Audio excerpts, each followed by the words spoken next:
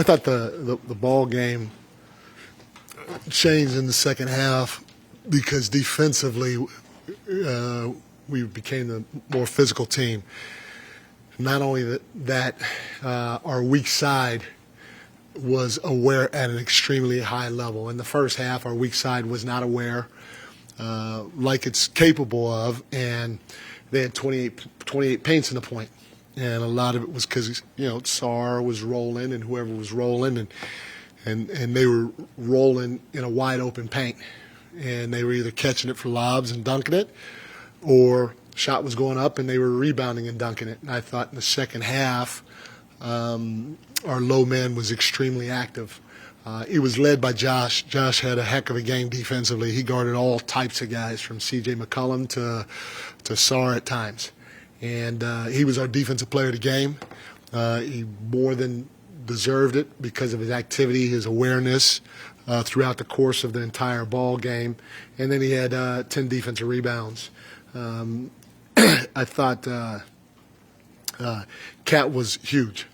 We had a stretch where we couldn't score, and that's what all-stars do. They carry the load for you offensively, and he did a great job with that tonight. And as you guys could see, trying to move him around won't allow teams to tee off on him.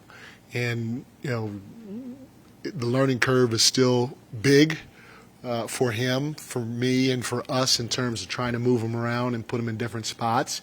But every game, every practice, every shoot around, he's getting a little bit more comfortable with it, as you can see. I thought our defensive transition was pretty good. That team wants to play fast. They had 8 fast break points. And then the last thing I'd say is we had 44 field goals, and 32 of those 44 were assisted. And so our guys did a great job of trying to share the basketball and play for one another tonight. You mentioned the aggressiveness defensively. Yeah. It looked like in the first half, Cat offensively very aggressive, looking for a shot and also taking it to the rim. No, Cat was a monster. He was a monster on the glass. He was really good defensively. He was a monster inside, outside. He's starting to feel and find his rhythm in what we're trying to do. And but I'm telling you, there's still a lot of room there to grow, not just for him, but for us to learn him, starting with me, and us to continue learning the different points or parts of what we're trying to do offensively. He's a monster. No, you're good. After that Milwaukee game, he held himself accountable, said he needs to be better for everybody, put the team in a position to win. Did you guys talk after that game? Because it seems like you've been different, particularly the last 2 nights. Did you guys get on the same page and discuss anything? No, I've said this before. This is a process, and we've had a lot of guys that have been out and hadn't practiced. And, again, start with me. I said this last game, I got to put the guys in a better – I got to help try to put these guys in a better position, whether it's on the floor or whatever or rotation-wise. But I didn't quite have as good a feel because guys have been out and we're trying to play this guy and that guy. And so it starts with me, and I've gotten better. And they've just gotten more comfortable. Cat's just gotten more comfortable as time has gone on. I talk to all my guys, not just Cat in particular. I try to communicate with them as much as I can about every little thing that's out there, and my door is always open. And so that if they have questions or thoughts or comments, they come talk to me. So it wasn't just me specifically talking to Cat. Did I talk to Cat? Yeah, but I also talked to OG, talked to Josh, I talked to Tyler. I'm in constant communication with all of them, but it's a process, and it's not always going to be this. We're going to do this every once in a while. Hopefully we don't do this for long, and we get back on track. But Cat's trying to find his way, and he's done a great job with it. It seems like Jordan Clarkson's really gotten comfortable. It's the last 2 nights, especially. What have you seen from him? No, again, I know I sound like a long-winded, broken record, but it's as the season goes along, everybody's going to get more comfortable. They're going to be able to find their spots. Not only that, these last two nights were probably the last two nights were the best that I've done for them in terms of rotations. You know, they kind of sort of knew when they were coming out and going in. They kind of sort of knew who they were going to play together. And so it's just, like I said, it's a process of trying to get more familiar with what we're doing on both ends of the floor. Also with the rotation patterns that we're using. OG has always been statistically a good three-point shooter. What's that? OG has Oh, always yeah. statistically been a good three-point shooter, but this year it feels different. Not just the amount he's getting off, but he's shooting quickly as soon as he gets it. Just the confidence you see from him in terms of letting the ball fly and knowing who's going to be in an offense where that was going to be the focal point. How much have you liked kind of what you've seen from him and his decisiveness shooting the ball? No, I love it. You know, if any of our guys are open from three, we want to let it fly. And you know, I don't know what it was tonight, but I hope I say this right. We track. You know, the NBA tracks, you know, open threes, but they use cameras, and it's not always accurate. So I have one of my coaches go back after every game, and one of his job is to track our threes.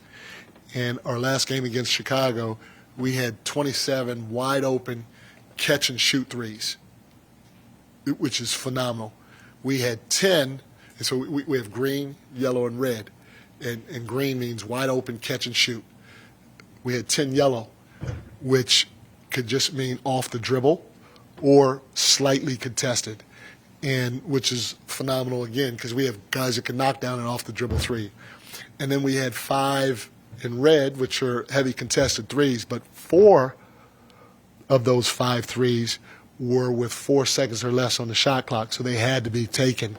To know you had 27 wide open catch and shoot, 10 yellows, and 5 reds is phenomenal. So all of our guys are making quick decisions. That's one of our staples offensively. We want to make quick decisions before the defense has a chance to get settled in, and that's shooting the ball, passing the ball, or snap driving to put more pressure on them. A couple more guys. What have you learned about, and I don't mean this in a negative way, but the roller coaster of coaching Josh Hart?